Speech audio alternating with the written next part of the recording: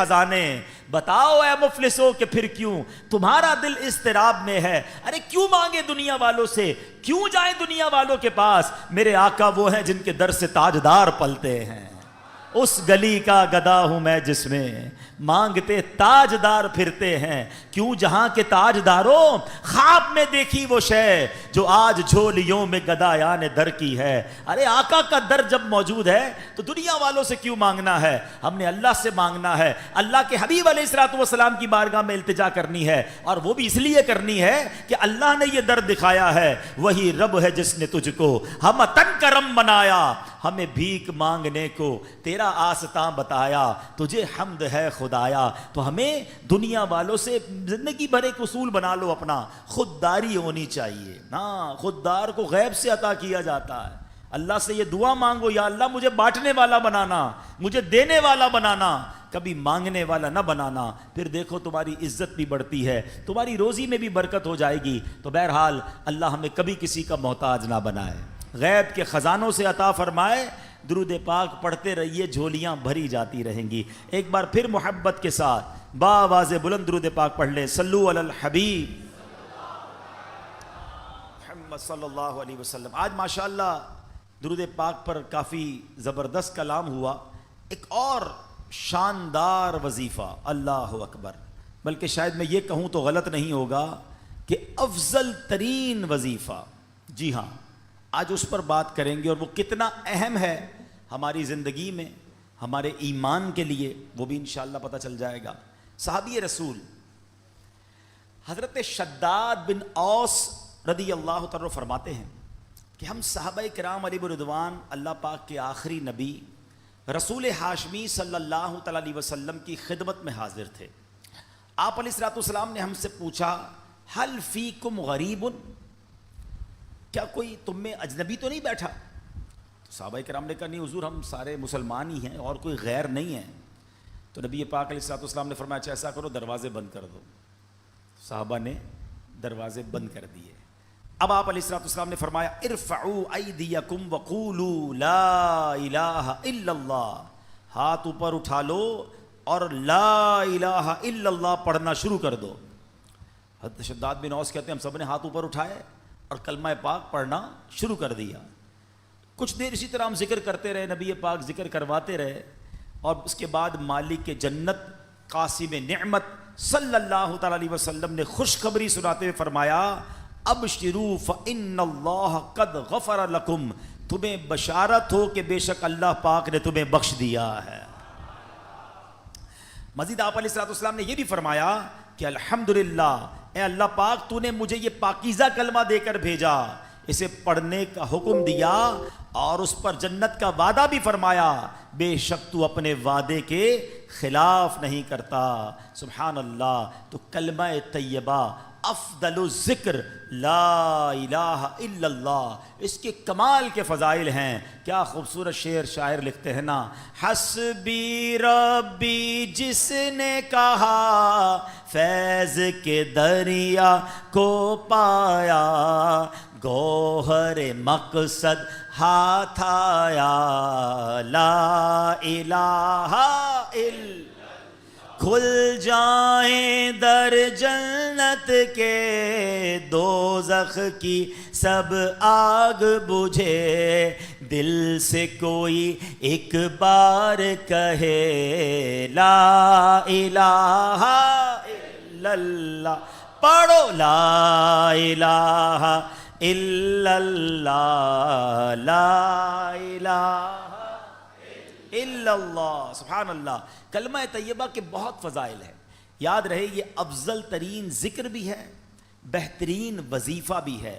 یہی کلمہ پڑھ کر غیر مسلم مسلمان ہوتا ہے، یہی مبارک کلمہ سچے دل سے پڑھنے کی برکت سے غیر مسلم کے سب گناہ دھل جاتے ہیں اور وہ جنت کا حقدار بن جاتا ہے۔ حلیت الاولیاء میں ہے، دو عالم کے مالک و مختار مکی مدنی سرکار صلی اللہ تعالیٰ علیہ وسلم نے فرمایا، اللہ پاک ارشاد فرماتا ہے بے شک میں ہی اللہ ہوں، میرے سوا کوئی عبادت کے لائق نہیں، پس اے لوگوں میری ہی عبادت کرو، تم میں سے جو کوئی میری بارگاہ میں سچے دل سے لا الہ الا اللہ کی گواہی کے ساتھ آئے گا وہ میری پناہ میں داخل ہوگا، اور جو میری پناہ میں داخل ہوا وہ میرے عذاب سے محفوظ ہو گیا۔ کیا بات ہے، سبحان اللہ۔ کلمہ طیبہ کے مختلف نام ہیں، یاد رکھیے گا، لا الہ الا اللہ محمد الرسول، مل کر پڑھ لیں، لا الہ الا اللہ محمد الرسول اللہ صلی اللہ تعالیٰ علیہ وسلم۔ اس کے بہت سارے نام ہیں۔ اس کا ایک نام کلمہ توحید بھی ہے، کلمہ اخلاص بھی ہے، اسے کلمہ احسان بھی کہتے ہیں، اسے کلمۃ التقوی بھی کہتے ہیں۔ اس مبارک کلمے کا ایک نام کلمہ ثابتہ، یعنی ثابت شدہ کلمہ، پکا کلمہ، نام مٹنے والا کلمہ، ہمیشہ رہنے والا کلمہ بھی ہے۔ سبحان اللہ، اتنے حدیث اور اتنے فضائل ہیں اس کے بارے میں۔ صحابی رسول حضرت ابو ہریرہ رضی اللہ تعالیٰ عنہ فرماتے ہیں، میں نے اللہ پاک کے آخری نبی رسول ہاشمی صلی اللہ تعالیٰ علیہ وسلم کی خدمت میں عرض کی، یہ بخاری شریف کی حدیث ہے کہ یا رسول اللہ صلی اللہ تعالیٰ علیہ وسلم، قیامت کے دن آپ کی شفاعت سے حصہ پانے والے خوش نصیب لوگ کون ہوں گے؟ فرمایا اے ابو ہریرہ، میرا گمان یہی تھا کہ تم سے پہلے مجھ سے کوئی یہ بات نہیں پوچھے گا۔ نبی پاک کو یہ بھی پتا تھا سوال کون پوچھے گا مجھ سے۔ فرمایا کیونکہ میں حدیث سننے کے معاملے میں تمہاری حرص کو جانتا ہوں۔ پھر فرمایا اے ابو ہریرہ، قیامت کے دن میری شفاعت پانے والا خوش نصیب وہ ہوگا جو سچے دل سے لا الہ الا اللہ کہے گا۔ ایک بار پھر پڑھ لیں، لا الہ الا اللہ محمد الرسول اللہ صلی اللہ تعالی علیہ وسلم۔ حضرت عثمان بن مالک رضی اللہ تعالیٰ سے روایت ہے، رسول رحمت شفیع امت صلی اللہ تعالی علیہ وسلم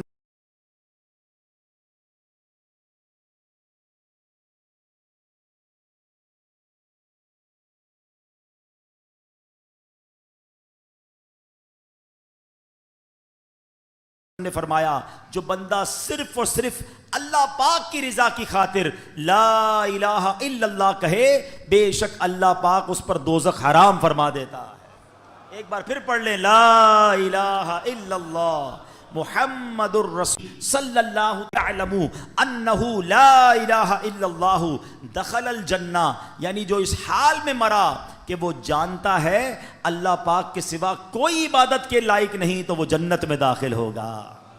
ایک حدیث پاک میں ہے، پیارے آقا مکی مدنی مصطفیٰ صلی اللہ تعالی علیہ وسلم نے فرمایا، ثمن الجنتی لا الہ الا اللہ۔ بڑی پیاری حدیث ہے، اتنی مختصر ہے مگر کیا پیاری بات فرما دی۔ آپ کہیں جناب مجھے ڈیفنس میں بنگلہ چاہیے، آپ اگلا سوال ہوگا کتنے کا ہے، قیمت کیا ہے، پرائس کیا ہے، مجھے فلاں والا نیا موبائل چاہیے، ہاں مجھے بھی چاہیے، قیمت تو بتاؤ۔ اچھا جناب فلاں قسم کی گاڑی چاہیے، مگر یہ تو بتاؤ کتنے کی ہے، جیب میں پیسے ہوں گے تو لوں گا نا۔ اب اگر آپ سے کوئی کہے کہ جنت کی قیمت کیا ہے، جنت کا ثمن کیا ہے، جنت کا داخلہ کیسے ملے گا، آئے ہائے، نبی پاک نے ایک لائن میں جنت کی قیمت بیان فرما دی۔ آقا فرماتے ثمن الجنہ لا الہ الا اللہ، آقا فرماتے جنت کی قیمت لا الہ الا اللہ۔ پھر پڑھ لو، لا الہ الا اللہ محمد الرسول اللہ صلی اللہ علیہ وسلم۔ ایک اور روایت میں ہے، رسول اکرم نور مجسم صلی اللہ تعالی علیہ وسلم نے فرمایا، مفاتیح الجنتی شہادت لا الہ الا اللہ، جنت کی چابیاں لا الہ الا اللہ کی گواہی دینا ہے۔ اللہ اکبر، سبحان اللہ، یہ ہے کلمہ طیبہ، یہ ہے سبحان اللہ کلمہ طیبہ کی برکتیں، سبحان اللہ۔ اب ایک عجیب سا واقعہ آپ کو سناتا ہوں، اور واقعہ ہے حضرت با یزید بستامی کا۔ آؤ مل کر تین بار پھر کلمہ طیبہ پڑھ لو، لا الہ الا اللہ محمد الرسول اللہ، لا الہ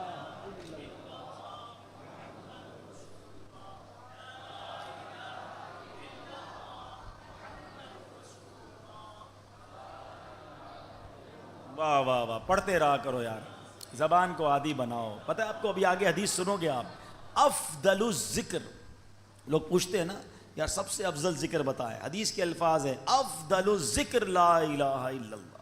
سب سے افضل اگر کوئی ذکر ہے نا تو وہ لا الہ الا اللہ ہے. پڑھتے ہی نہیں ہیں. انشاءاللہ آگے اس پر بات کرتے ہیں. میں واقعہ سناتا ہوں. حضرت بایزید بسطامی رحمۃ اللہ تعالی علیہ ایک مرتبہ سفر میں تھے. آپ کو غیب سے آواز آئی اے بایزید سمعان نامی شہر میں جاؤ, وہاں کے غیر مسلموں کے ساتھ ان کے عید کے اجتماع میں شرکت کرو. بایزید فرماتے ہیں کہ اللہ پاک کی پناہ, میں غیر مسلموں کے تہوار میں شرکت کروں؟ آپ نے کہا کہ نہیں, یہ میرے لیے پیغام نہیں ہو سکتا. رات سوئے, خواب میں پھر یہی آواز آئی بایزید جاؤ اور غیر مسلموں کے فلاں تہوار میں عید میں شرکت کرو. پھر یہ کہتے میں اٹھ گیا, خواب سے کانپنے لگا, سوچ رہا تھا کہ یہ کس کی آواز ہے, مجھے کون پیغام دے رہا ہے, کہیں شیطان کی طرف سے تو نہیں. کہہ رہے میں بیدار تھا تو جاگتے میں آواز آئی اے بایزید ڈرنے کی ضرورت نہیں, تم میرے فرما بردار ہو, مگر غیر مسلموں والا لباس پہنو, ان کے اجتماع میں جاؤ, ایک راز ہے اس میں. اب حضرت بایزید اللہ کے برگزیدہ بندوں میں سے ہیں. اب سمجھ گئے کہ یہ شیطان کی طرف سے آواز نہیں ہے, یہ رحمان کی طرف سے پیغام ہے. آپ نے لباس پہنا اور آپ چلے گئے غیر مسلموں کے تہوار میں. اب سارے بہت بڑا میدان, بہت بڑا میلہ, سب لوگ اپنے سب سے بڑے عالم کے انتظار میں بیٹھے ہیں. کچھ دیر بعد ان کا عالم آیا, سب لوگ بیٹھ گئے, اس نے تقریر کرنی تھی, مگر جیسی وہ عالم تقریر کرنے کھڑا ہوا نا, وہ کپ کپانے لگا, وہ لرزنے لگا, اور وہ کہتا ہے کہ لوگوں نے کہا اے سردار آپ تقریر شروع کیجئے. تو کہتا ہے کہ تو ہمارے اجتماع میں ایک محمدی بیٹھا ہے, ایک اللہ کے آخری نبی کا امتی بیٹھا ہے, اور وہ تمہارے دین کا امتحان لینے آیا ہوا ہے, اس لیے میری آواز ہی نہیں نکل رہی ہے. پھر اس نے بلند آواز سے کہا اے محمدی, اے اللہ کے آخری نبی کے امتی کھڑے ہو جاؤ. حضرت بایزید بسطامی کھڑے ہو گئے. تو اس عالم کہتا میں تم سے کچھ سوال کروں گا, تم نے جواب دیا تو اس کے بعد ہم ساری باتیں تمہاری مانیں گے, اور اگر تم جواب نہ دے سکے تو ہم تمہیں قتل کر دیں گے. حضرت بایزید بسطامی تو ولیوں کے سردار تھے. آپ نے کہا پوچھو جو پوچھنا ہے. اس غیر مسلم نے بھرے مجمع میں 61 سوال کیے, 61 کوسچن کیے حضرت بایزید بسطامی سے. حضرت بایزید بسطامی نے سب کے سب ٹھیک جواب ارشاد فرما دیے. اب وہ کہتا اب ایک سوال کا جواب اور دو, آسمانوں اور جنت کی چابی کیا ہے؟ غیر مسلموں کا جو پادری تھا, بڑا ان کا عالم تھا, تو آپ نے جواب دیا. اچھا معاف کیجیے گا, حضرت بایزید بسطامی نے اسے سوال کیا, تم نے کر لیے سوال, اب میں سوال کرتا ہوں, بتاؤ آسمانوں اور جنت کی چابی کیا ہے؟ تو جو غیر مسلموں کا عالم تھا نا, وہ کہتا ہے آسمانوں اور جنت کی چابی کلمہ طیبہ لا الہ الا اللہ محمد الرسول اللہ ہے. اللہ نے اللہ پاک نے اس کی زبان پر حق جاری کر دیا. اب اپنے اتنے بڑے عالم کی آواز سن کر, اس کا جواب سن کر, اس میدان میں ہزاروں غیر مسلم تھے, سب کے سب کلمہ پڑھ کر مسلمان ہو گئے. اللہ اکبر, یا رسول یا اللہ, جاری رہے گا فیضان کلمہ طیبہ. اچھا اب یہاں بڑی خوبصورت بات علماء نے لکھی کہ کلمہ طیبہ کے فضائل تو بہت سارے, لیکن اس کے تقاضے پورے کرنا بھی ضروری ہیں. فرمایا کہ حضرت زید بن ارقم رضی اللہ عنہ سے روایت ہے, رسول ذیشان مکی مدنی سلطان علیہ الصلوۃ والسلام نے فرمایا جس نے اخلاص کے ساتھ لا الہ الا اللہ کہا وہ جنت میں داخل ہوگا. صحابہ کرام نے عرض کی یا رسول اللہ صلی اللہ علیہ وسلم کلمہ طیبہ کا اخلاص کیا ہے؟ فرمایا یہ کہ بندہ اللہ پاک کی حرام کردہ چیزوں سے بچتا رہے. اب ایسا نہیں صرف لا الہ الا اللہ پڑھتا رہے بھائی جنت پہ چلے جائیں گے. ایک مرتبہ حضرت وہاب بن منبہ رحمۃ اللہ تعالی کی خدمت میں عرض کیا گیا کیا کلمہ طیبہ جنت کی چابی نہیں ہے؟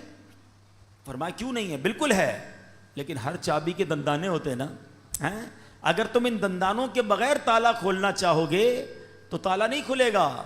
سبحان اللہ, کتنی پیاری مثال دے دی کہ کلمہ طیبہ جنت کی چابی ہے, مگر اس کے دندانے کیا ہیں؟ نماز ہے, روزہ ہے, حج ہے, زکوٰۃ ہے, جو فرائض ہیں وہ اس کے تالے کی چابی کے دندانے ہیں. تو گویا کلمہ بھی پڑھنا ہے, نماز بھی پڑھنی ہے, روزے بھی رکھنے ہیں, فرض ہو جائے تو حج بھی کرنا ہے. چلو حج کے بارے میں بھی تھوڑی سی بات کر لوں, کیونکہ حج کا سیزن آیا ہوا ہے. جناب بڑی تعداد میں وہ لوگ ہیں جن پر حج فرض ہو جاتا ہے مگر وہ حج نہیں کرتے. اس کو آسان نہ سمجھنا. جس طرح نماز فرض ہے نا, جس طرح روزہ فرض ہے. آپ کو پتہ ہے اسلام کے 5 پلر بچپن سے پڑھ رہے ہیں, 5 ارکان اسلام. اسکول میں تھے جب سے, مدرسے میں جب سے پڑھے, سب نے پڑھے ہوں گے. کون کون سے ہیں؟ نماز, روزہ, حج, زکوٰۃ اور توحید کا اقرار, کلمہ پاک پڑھنا. تو اب کلمہ تو پڑھ لیا, اچھا نماز کو اب بھی لوگ پکا فرض سمجھتے ہیں. بعض لوگ زکوٰۃ اور حج کو اتنی اہمیت نہیں دیتے, یہ بھی پلر ہے اسلام کا. اور حج نہ کرنا, اب میں جو حدیث سنانے جا رہا ہوں نا وہ بڑی ہلا دینے والی ہے. حدیث پاک کا مضمون ہے, نبی پاک فرماتے ہیں جو کوئی شخص استطاعت کے باوجود, یعنی طاقت رکھتا ہے, پیسے بھی ہیں, گھر والوں کو بھی نان نفقہ دے سکتا ہے, ایسی صحت بھی ہے کہ حج کر سکے, استطاعت کے باوجود حج نہ کرے, آقا فرماتے مجھے کوئی پرواہ نہیں وہ عیسائی ہو کر مرے یا یہودی ہو کر مرے. یعنی معاذ اللہ اس کے ایمان پر خاتمہ نہ ہونے کا خوف ہے. لوگ کہتے ہیں یار بس حج کرنا ہے تو وہ ذرا بچی کی شادی کر لوں پھر کر لوں گا, وہ ذرا کاروبار سیٹ کر لوں پھر کر لوں گا, آج کل بڑی گرمی ہے, حج ذرا ٹھنڈ میں آئے گا نا پھر کر لوں گا. اور اللہ کے بندوں ہمیں نہیں پتہ ہم زندہ رہیں گے نہیں رہیں گے اگلے حج تک. کئی لوگ پچھلے حج میں ہمارے ساتھ تھے, اس بار نہیں ہیں. اگر فرض ہے تو دیر نہ کریں, اور اگر تم یہ سمجھتے ہو نا کہ 2-4 کام اٹکے ہوئے ہیں وہ ٹھیک ہو جائیں تو حج کروں گا, ارے تمہاری بھول ہے, وہاں چلے جاؤ, سارے کام ادھر سے ہی تو بن جاتے ہیں. بگڑے ہوئے بنتے ہیں سب کام مدینے میں, بٹتے ہیں جہاں بھر کے آلام مدینے میں. مشکل میں ہو تو جاؤ نا آقا کی دربار میں. اور لوگ کہتے تھوڑے پیسے, مطلب حج کے پیسے تو ہیں مگر اس سے زیادہ نہیں ہیں, وہ کم ہو جائیں گے. بھول ہے تمہاری. حدیث پاک سناتا ہوں جس کا مضمون ہے حج کرو غنی ہو جاؤ گے. ہاں حج کرنے سے مال میں بھی برکت ہو جاتی ہے, تو حج میں سستی نہیں. حج ایک ہی بار فرض ہے, ہاں ایک بار کر لیا پھر بار بار نہیں ہے. لیکن جس نے ایک بار بھی نہیں کیا, اچھا ایک اور عجیب فینومینا, عمرے کرتے رہتے ہیں, ہر سال عمرہ کرتے, حج نہیں کیا. ارے بھائی تم 100 عمرے کر لو, تمہارا فرض ادا نہیں ہوا ہے. کوئی 100 نفل پڑھے اور فرض نہ پڑھے تو کیا ہوگا؟ فرض ادا ہو جائے گا؟ نہیں ہوگا نا, فرض کرنا پڑے گا نا. یہ بالکل اسی طرح حج کرنا پڑے گا.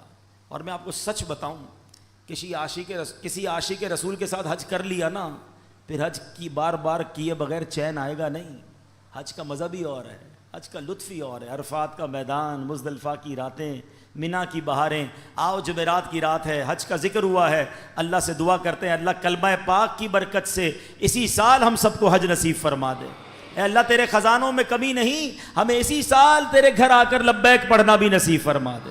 میرے رب کے خزانوں میں کمی نہیں ہے, لیکن حج کرنے کی پکی نیت رکھو. اور اگر حج فرض ہو گیا تو اس کی تاخیر نہ کریں. تو پتہ چلا کلمہ جو ہے وہ جنت کی چابی تو ہے, لیکن جناب والا اس کے دندانے بھی ہیں. اور اس کے دندانے کیا ہیں؟ اس کے دندانے یہ ہیں کہ نماز پڑھے, روزہ رکھے, اور حج فرض ہو تو حج ادا کرے, زکوٰۃ کے شرائط پائے جائیں تو زکوٰۃ دے. پھر دیکھیں انشاءاللہ یہ جنت کی چابی کیسے کام کرتی ہے. حضرت نوح علیہ السلام نے ایک بار اپنے بیٹے کو کمال کی نصیحت فرمائی. حضرت نوح علیہ السلام کا آخری وقت آ گیا. آپ نے اپنے بیٹے کو نصیحت کرتے ہوئے فرمایا, بیٹا میں تمہیں 2 باتوں کا حکم دیتا ہوں اور 2 باتوں سے منع کروں گا. بیٹا میں تمہیں حکم دیتا ہوں کہ کلمہ طیبہ لا الہ الا اللہ کی کثرت کرتے رہو. بے شک اگر ترازو کے ایک پلڑے میں 7 آسمانوں اور 7 زمینیں رکھ دی جائیں, دوسرے ایک پلڑے میں کلمہ طیبہ رکھ دیا جائے, تو 7 آسمانوں اور 7 زمینیں کہ جو وزن ہے اس کے مقابلے میں کلمہ طیبہ کا وزن بڑھ جائے گا. دوسری نصیحت فرمائی, بیٹا سبحان اللہ و بحمدہ کی کثرت کیا کرو, بے شک یہ ہر چیز کی تسبیح ہے, اس کی برکت سے مخلوق کو روزی دی جاتی ہے. دوسرا وظیفہ کیا مل گیا؟ سبحان اللہ و بحمدہ, سبحان اللہ و بحمدہ, سبحان اللہ و بحمدہ. روزی میں کمال کا وظیفہ ہے. جس کی روزی میں پرابلم ہو روز صبح کم از کم 112 بار پڑھ لیا کرو. اب آئیے فرماتے بیٹا میں تمہیں مزید 2 نصیحتیں کرتا ہوں شرک اور تکبر سے بچتے رہنا. تو یہ دو باتیں پازیٹو جو کرنے والی ہیں, دو باتیں جن سے بچنا ہے, اس کو پکڑ لیجئے. کلمہ پاک اور سبحان اللہ و بحمدہ کا ذکر کرنا ہے, اور شرک اور تکبر سے بچنا ہے. یہ حضرت نوح علیہ الصلوۃ والسلام کی سبحان اللہ وصیت بھی ہے اور شاندار نصیحت بھی ہے. اور سبحان اللہ کلمہ پاک کی ایک اور فضیلت سنیں. حضرت عبداللہ ابن عباس فرماتے ہیں دن اور رات میں کل 24 گھنٹے ہیں, اور کلمہ طیبہ کے حروف بھی 24 ہی ہیں. جو ایک بار کلمہ طیبہ پڑھتا ہے اس کا ہر حرف 1 گھنٹے کے گناہوں کا کفارہ بن جاتا ہے. بس جب بندہ ہر روز ایک مرتبہ کلمہ طیبہ پڑھے اس پر کوئی گناہ باقی نہیں رہتا. اب سوچو جو دن میں کئی بار کلمہ پاک پڑھتا ہے اس پر کتنا اجر و ثواب ملتا ہوگا. تو یہ ذکر جو ہے اپنی زندگی میں شامل کر لیجئے. نبی پاک علیہ الصلوۃ والسلام نے فرمایا قیامت کے دن اللہ پاک فرشتوں سے فرمائے گا کلمہ طیبہ پڑھنے والوں کو میرے قریب کر دو اور میرے عرش کے سائے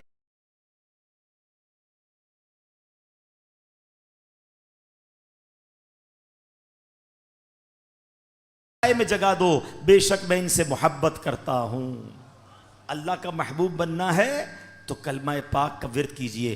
اللہ اکبر. میں نے ایک شروع میں بات کہی تھی کہ افضل الذکر کیا ہے. اب حدیث سن لو. احمد مجتبیٰ رسول خدا صلی اللہ تعالی علیہ وسلم نے فرمایا افضل الذکر لا الہ الا اللہ و افضل الدعاء الحمدللہ. آقا فرماتے ہیں افضل ذکر ہے لا الہ الا اللہ اور افضل دعا ہے الحمدللہ. تو سبحان اللہ کلمہ شکر بھی ادا کرنا ہے. بہرحال میرے پیارے اسلامی بھائیوں, اب ایک اور اہم بات سبحان اللہ کہ ہمیں جب آخری وقت کسی کا آ جائے نا, کسی مردے کا, کسی شخص کا آخری وقت انتقال کا وقت قریب آ جائے, تو اس وقت اس کے پاس جا کر کلمہ پاک کی تلقین کرنی چاہیے, کلمہ سکھانا چاہیے.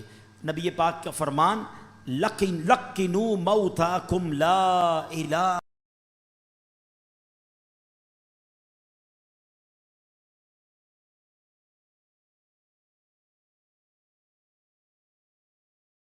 الا اللہ. اپنے مردوں کو لا الہ الا اللہ کی تلقین کرو, یعنی جو مرنے کے قریب ہو اسے کلمہ سکھاؤ اس طرح کہ اس کے پاس بلند آواز سے کلمہ پڑھو. اب اس کا طریقہ بھی سمجھ لیں. بعض اوقات پتہ ہے کیا غلطی کرتے ہیں, کسی کا آخری وقت ہو اس کے پاس جا کر کہتے ہیں کلمہ پڑھو, لا الہ الا اللہ پڑھو, لا الہ الا اللہ محمد رسول اللہ پڑھو. یہ نہیں کرنا چاہیے. یہ بڑی اہم بات بتانے جا رہا ہوں. جو سکرات کا وقت ہوتا ہے بڑی مشکل ہو رہی ہو, اس کا خاتمہ برا ہو جائے, ہمیں کرنا پتہ ہے کیا. میں یہ نہیں کہتا کہ جو یہ کہہ دے میں نہیں پڑھتا اس کا خاتمہ برا ہوا, لیکن آپ کے دل میں تو بات رہ جائے گی نا, یار اس نے منع کر دیا تھا کلمہ پڑھنے سے. تو یہ بات نہ کریں, بلکہ طریقہ صدر الشریعہ مفتی امجد علی اعظمی نے بہار شریعت میں لکھا نزا کی حالت میں جب تک روح گلے کو نہ آئی ہو مرنے والے کو تلقین کریں. کس طرح کریں؟ اس کے پاس جائیں اور بلند آواز سے خود کلمہ پڑھنا شروع کر دیں. اشہدو ان لا الہ الا اللہ واشہدو ان محمد رسول اللہ پڑھتے رہیں. اب اس کو کہنے کا حکم نہ دیں, آپ پڑھتے رہیں تاکہ وہ سنے اور اس کو یاد آ جائے. اور جب اس بندے نے کلمہ پڑھ لیا نا, آپ چپ ہو جائیں, اب کوئی اور بات نہ کریں. اس کا آخری جملہ نکل چکا نا کلمہ, اب آپ خاموش ہو جائیں. ہاں اگر کلمہ پڑھنے کے بعد اس نے پھر کوئی بات کرنی, اب دوبارہ آپ بلند آواز سے کلمہ پڑھنا شروع کر دیں.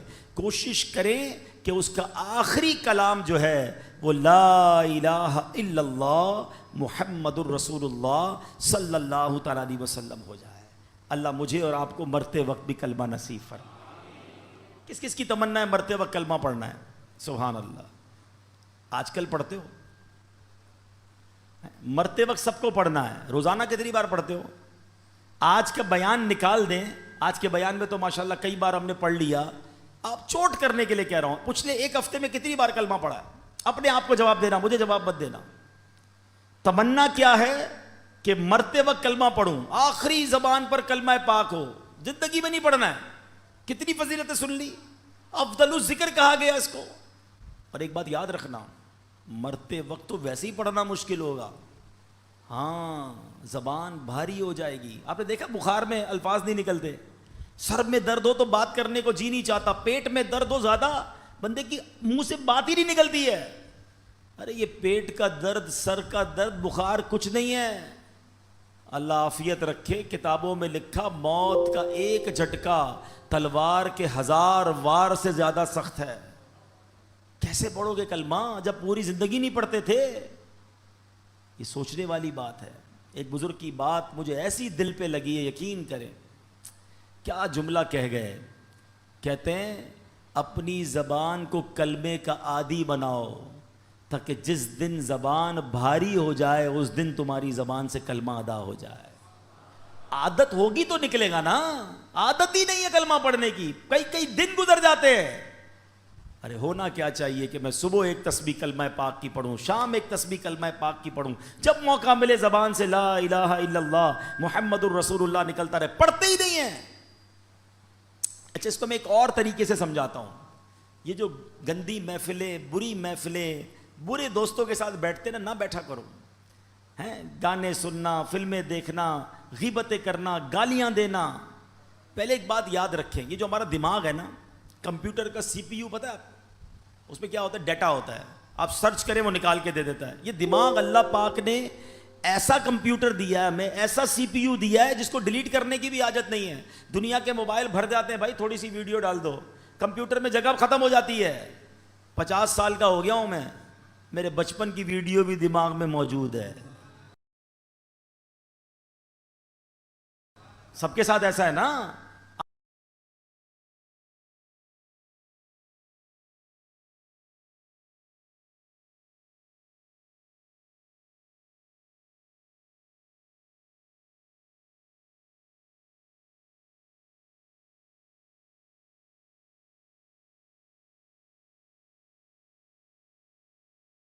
آپ کو بچپن کے کئی واقعات ایسے یاد ہیں جیسے آپ کی آنکھوں کے سامنے فلم چلتی ہے. یہ کدھر سیو ہے, ادھر سیو ہے. جس کا نام لیتا ہوں اس کی تصویر آ جاتی ہے دماغ میں. کیسے آتی ہے؟ یہ سب کی تصویریں سیو ہیں.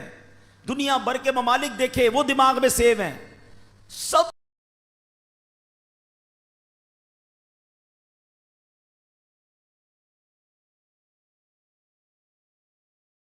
باتیں اللہ پاک نے یہ ایسی کمال کی چیز دی ہے, سیو ہیں. لیکن اگر گندی باتیں بھی سیو ہیں نا تو پھر یہ خیالات میں بھی آتی ہیں. نماز میں برے خیالات لوگوں کو آتے ہیں کیونکہ فلمیں دیکھ کے نماز پڑھنے آتے ہیں نا. اور یہ بری باتیں جو دیکھو, اس سی پی یو میں جانے کا طریقہ کیا ہے؟ ان پٹ ہمارے دل و دماغ میں جانے کے 3 راستے ہیں. ایک بات یاد رکھیے گا, دودھ تو جب گرے گا نا, جب گلاس میں دودھ ہوگا, اچھا اس میں میں تھوڑا سا شربت ملا دوں, لال شربت ہو جائے, اب دھکا لگے گا تو کیا گرے گا؟ شربت گرے گا. سمجھ رہے ہو نا میری بات؟ یہ پریکٹیکل سے سمجھا رہا ہوں آپ کو. برتن میں جو ہوتا ہے وہی چھلکتا ہے, برتن میں جو ہوتا ہے ایسا ہی ہے. اب آؤ میں سمجھاتا ہوں. جس کے دماغ میں بری باتیں ہیں نا, گندی باتیں ہیں, بری محفلوں میں بیٹھا ہے, غلط دیکھ رہا ہے, غلط سن رہا ہے, غلط بول رہا ہے, جب دھکا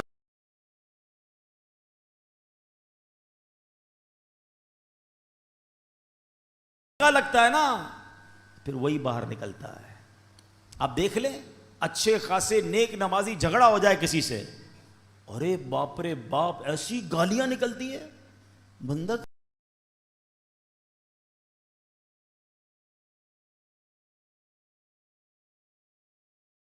اس کو کیا ہو گیا یار. پتا چلتا ہے کہیں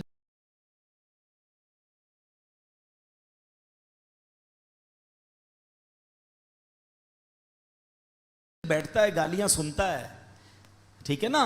اور کسی شریف النفس آدمی جس نے کبھی گالیاں سنی نہیں ہے, بیٹھتا ہی نہیں بری صحبت میں, اس کو دھکا دے دو, اس سے کسی کا جھگڑا ہو جائے, وہ کہے گا یار نہیں مارو مجھے, کیوں لڑ رہے ہو بھائی, نہیں بھائی نہیں کرو. اس کے منہ سے گالی نکلے گی نہیں کیونکہ اندر گندا نہیں ہے. چلو ایک اور ایگزامپل, ایک اور مشورہ, ایک اور طریقہ. چلے موٹر سائیکل گاڑیاں تو کم, لا الہ الا اللہ, یا رسول اللہ, یا غوث پاک, سمجھ لو اندر صحیح بھرا ہوا ہے. سمجھ رہے ہو؟ اندر آپ کا پاک بھرا ہوا ہے, جھٹکا لگ رہا ہے, اچھا ہی نکل رہا ہے. مگر ایسے بھی لوگ یہاں بیٹھے ہوں گے, اللہ کرے نہ بیٹھے ہوں, لیکن سن رہے ہوں گے کہ جب جھٹکا لگتا ہے نا گالی نکلتی ہے, ابے تیری, ابے او, پتہ موت کا جھٹکا لگے گا اور خطرناک جھٹکا لگے گا. اندر اچھا بھرا ہوا ہوگا نا وہ باہر آ جائے گا, اور اگر اندر برا بھرا ہوا ہوگا نا, بے حیائی, برائی, گالیاں, مارے نہ جائیں, کہیں مرتے وقت بری باتیں زبان پہ نہ آ جائیں. ہماری تمنا کیا ہے؟ کلمہ پڑھتے پڑھتے, درود پڑھتے پڑھتے, یا رسول اللہ کہتے کہتے, میں وہ سنی ہوں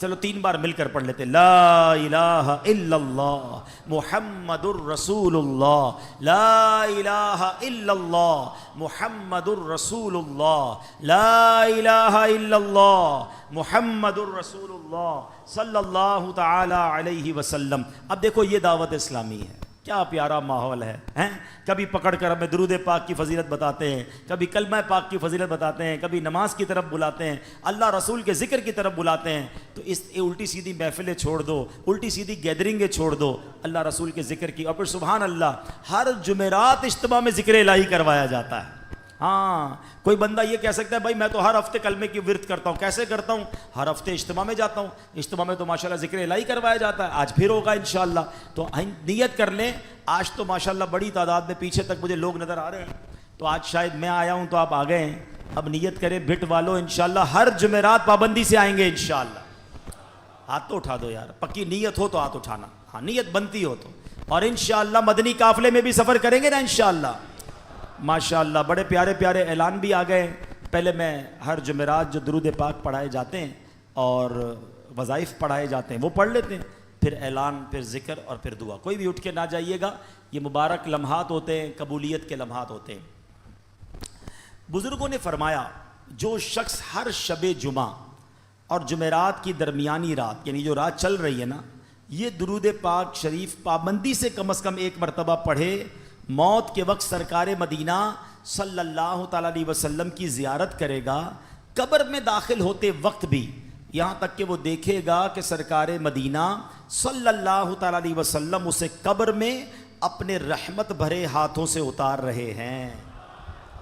مل کر پڑھ لیں, اللہم صلی وسلم وبارک علی سیدنا محمد النبی الامی الحبیب العالی القدر العظیم الجاہ وعلی آلہ وصحبہ وسلم. حضرت انس رضی اللہ تعالیٰ عنہ سے روایت ہے کہ تاجدار مدینہ صلی اللہ تعالیٰ علیہ وسلم نے فرمایا جو شخص یہ درود پاک پڑھے, اگر کھڑا تھا تو بیٹھنے سے پہلے اور بیٹھا تھا تو کھڑے ہونے سے پہلے اس کے گناہ معاف کر دیے جائیں گے. مل کر پڑھ لے, اللہم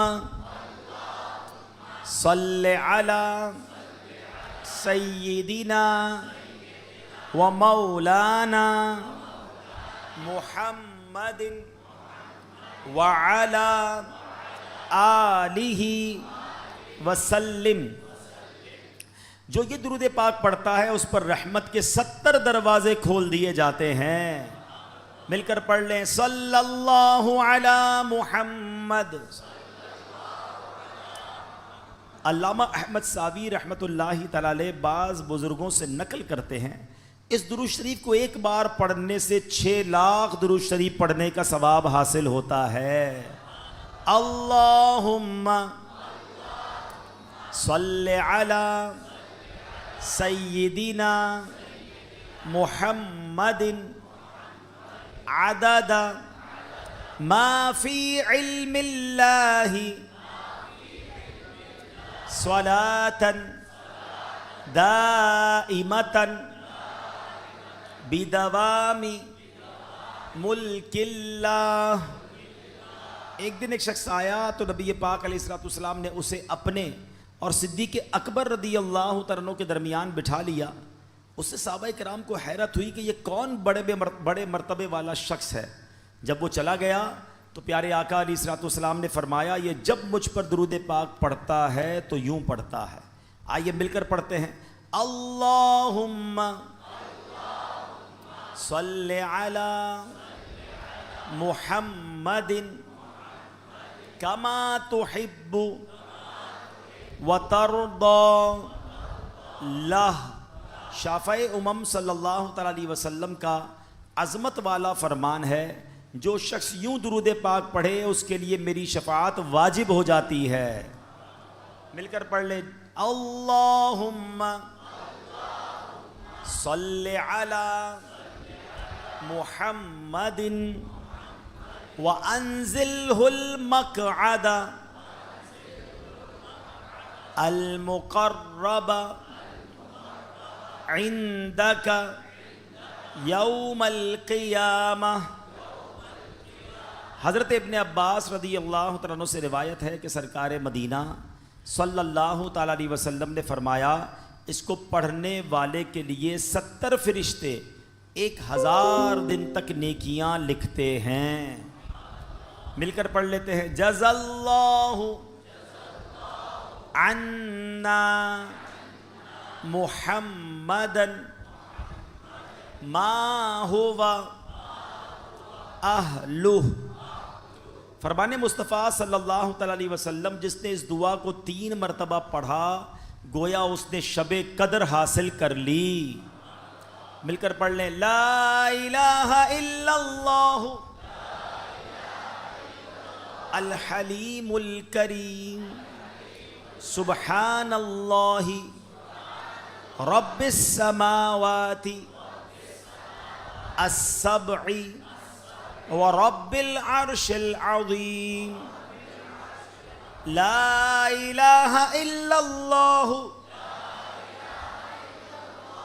الحلیم الکریم سبحان اللہ رب السماوات السبع ورب العرش العظیم لا الہ الا اللہ الحلیم الکریم سبحان اللہ رب السماوات السبع ورب العرش العظیم۔ صلو علی الحبیب۔ ماشاءاللہ اعلان یہ ہے کہ الحمدللہ جامعۃ المدینہ فیضان محمود شاہ جزیرہ بابا آئی لینڈ میں داخلے جاری ہیں، تو جو لوگ اپنے بچوں کو عالم بنانا چاہتے ہیں بلکہ خود بھی بننا چاہیے تو یہ بڑی نعمت ہے، اس میں داخلہ لیجئے۔ سچی بات یہ ہے کہ ہر گھر میں ایک عالم دین ہونا چاہیے، کہتے ہیں نا ہر خاندان میں ایک ڈاکٹر ہونا چاہیے، کوئی کہتا وکیل ہونا چاہیے۔ سچی بات یہ ہر خاندان میں ایک عالم ہونا چاہیے، ایک حافظ ہونا چاہیے جو ہماری مغفرت کا ذریعہ بنے۔ دیکھیں مدنی منع کے ابو نے ہاتھ اٹھا دیا، اچھی بات ہے نا کہ ماشاءاللہ ایسے بہت سارے ہوں گے۔ اسی طرح جامعۃ المدینہ فیضان رضا کیماڑی غائب شاہ ان کے پاس بھی داخلے جاری ہیں۔ مدرسۃ المدینہ بھٹ جزیرے میں قائم اور منوڑا اور بھابا جزیرے میں بھی قائم ہے۔ ماشاءاللہ مجھے ہمارے نگران صاحب جب ہم کشتی میں آ رہے تھے تو اس پورے علاقے کی کارکردگی بتا رہے تھے، چونکہ یہ بیان لائیو بھی جا رہا ہے تو میں دنیا بھر کے ویور سے ایک بات کرنا چاہتا ہوں کہ یہ بڑے غریب علاقے ہیں لیکن ماشاءاللہ یہاں کے لوگوں کا جذبہ ہے، مسجد بھی بناتے، آئی لینڈ ہیں، یہ جزیرے ہیں۔ تو مجھے بتایا کہ بھٹ میں اتنے طلباء ہیں مدرسے میں کہ 150 بچے ویٹنگ لسٹ پر ہیں، جگہ نہیں ہے۔ تو میں نے کہا انشاءاللہ آپ ہمیں بتائیں، اس کا اسٹیمیٹ دیں، ہم کسی اللہ کے بندے کو کہیں گے کہ وہ یہاں مدرسہ ایک اور بنا دے تاکہ یہاں کے بچے بچیاں حافظ بنے، عالم بنے۔ تو اسی طرح ان جزیروں پہ مزید مسجدوں کی بھی حاجت ہے۔ تو جو ہمیں دنیا بھر کے ناظرین سن رہے ہیں یا دیگر یہاں عاشقان رسول سن رہے ہیں، دیکھیں میں اس مسجد میں کئی سال پہلے بھی آیا تھا اور یہ مسجد بنانے والے، کیا نام ہے ماشاءاللہ مسجد کا؟ حسینی مسجد۔